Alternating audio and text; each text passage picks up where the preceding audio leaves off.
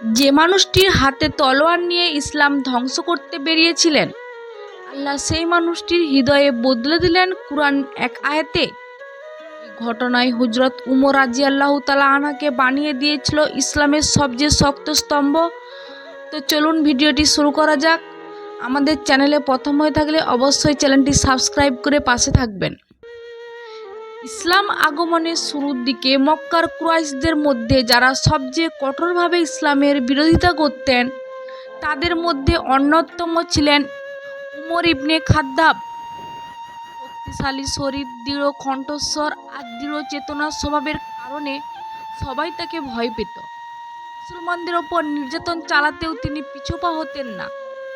মনে ছিল ইসলাম মক্কার ঐতিহ্য ধ্বংস করে দিচ্ছে। একদিন ওমরের রাগ চরমে পৌঁছে যায়। তিনি সিদ্ধান্ত নেন, এই বিভেদ বন্ধ করতে হলে মুহাম্মদ সাল্লাল্লাহু আলাইহি ওয়াসাল্লামকে হত্যা করতে হবে। তলোয়ার হাতে নিয়ে তিনি বেরিয়ে পড়েন। আর চোখে শুধু রক্ত, কানে শুধু প্রতিশোধের ডাক। কেউ কল্পনাই করতে পারেনি এই পথই তাকে নিয়ে যাবে ইসলামের বুকে। পথে নুয়াইম ইবনে আবদুল্লাহ নামে এক ব্যক্তি উমরের সামনে পড়েন। ওমরের উদ্দেশ্যে যে তিনি বলেন, আগে নিজের ঘর সামলাও, তোমার বোন ফাতিমা আর দুলাভাই সাঈদ তো ইসলাম গ্রহণ করেছে। এই কথা শুনে ওমরের মাথায় যেন বজ্রাঘাত হলো। তিনি মুহূর্তেই দিক পরিবর্তন করে বোনের বাড়ির দিকে রওনা দিলেন। বোনের ঘরে ঢুকেই উমর কুরআন তেলাওয়াতের আওয়াজ শুনতে পান। রাগে তিনি দুলাভাইকে মারতে শুরু করেন। বোন ফাতিমা বাধা দিলে তিনিও আঘাত পান, রক্ত ঝরে পড়ে। কিন্তু সেই রক্তাক্ত মুখে ফাতিমা দৃঢ় কণ্ঠে বলেন, হ্যাঁ, আমরা ইসলাম গ্রহণ করেছি, যা খুশি করো। রক্ত দেখে উমরের রাগ কিছুটা প্রশমিত হয়।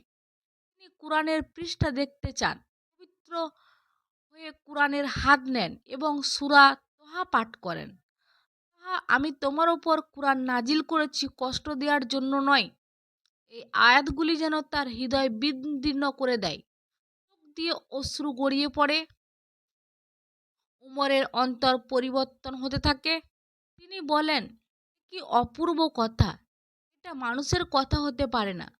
তার শক্ত হৃদয় নরম হয়ে যায়। তিনি জানতে চান, মুহাম্মদ সাল্লাল্লাহু আলাইহি ওয়াসাল্লাম এখন কোথায়? উমর তলোয়ার হাতে দারুল আরকামের দিকে রওনা দেন। মুসলমানরা ভয় পেয়ে যান, এই লোক তো ইসলামের শত্রু। কিন্তু নবীজি সাল্লাল্লাহু আলাইহি সাল্লাম বলেন, ওকে ভেতরে আসতে দাও। এই কথা শুনে সাহস ফিরে আসে সবাইয়ের। নবীজি সাল্লাল্লাহু আলাইহি ওয়াসাল্লাম উমরের বুকে হাত রেখে বলেন, হে উমর, এখনো সময় আসেনি? এই কথা শুনেই উমর ভেঙে পড়েন এবং বলেন, আমি সাক্ষ্য দিচ্ছি আল্লাহ ছাড়া কোনো উপাস্য নেই এবং আপনি আল্লাহর রাসূল। ঘর জুড়ে ধ্বনিত হয় আল্লাহু আকবার। ওমরের ইসলাম গ্রহণে মুসলমানরা সাহস পায়। তিনি প্রথম প্রকাশ্যে কাবার সামনে নামাজ আদায় করেন। তার জন্য ইসলাম পেল নতুন শক্তি। সেদিন থেকেই তাকে বলা হয় আল ফারুক, সত্য ও মিথ্যার পার্থক্যকারী। যে উমর ইসলাম ধ্বংস করতে বেরিয়েছিলেন, তিনিই হয়ে গেলেন ইসলামের পাহারাদার।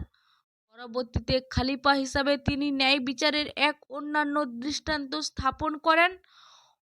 উমর রাদিয়াল্লাহু তাআলা আনহু ইসলাম গ্রহণ প্রমাণ করে, আল্লাহ যাকে চান তাকে হেদায়েত দেন এক মুহূর্তেই।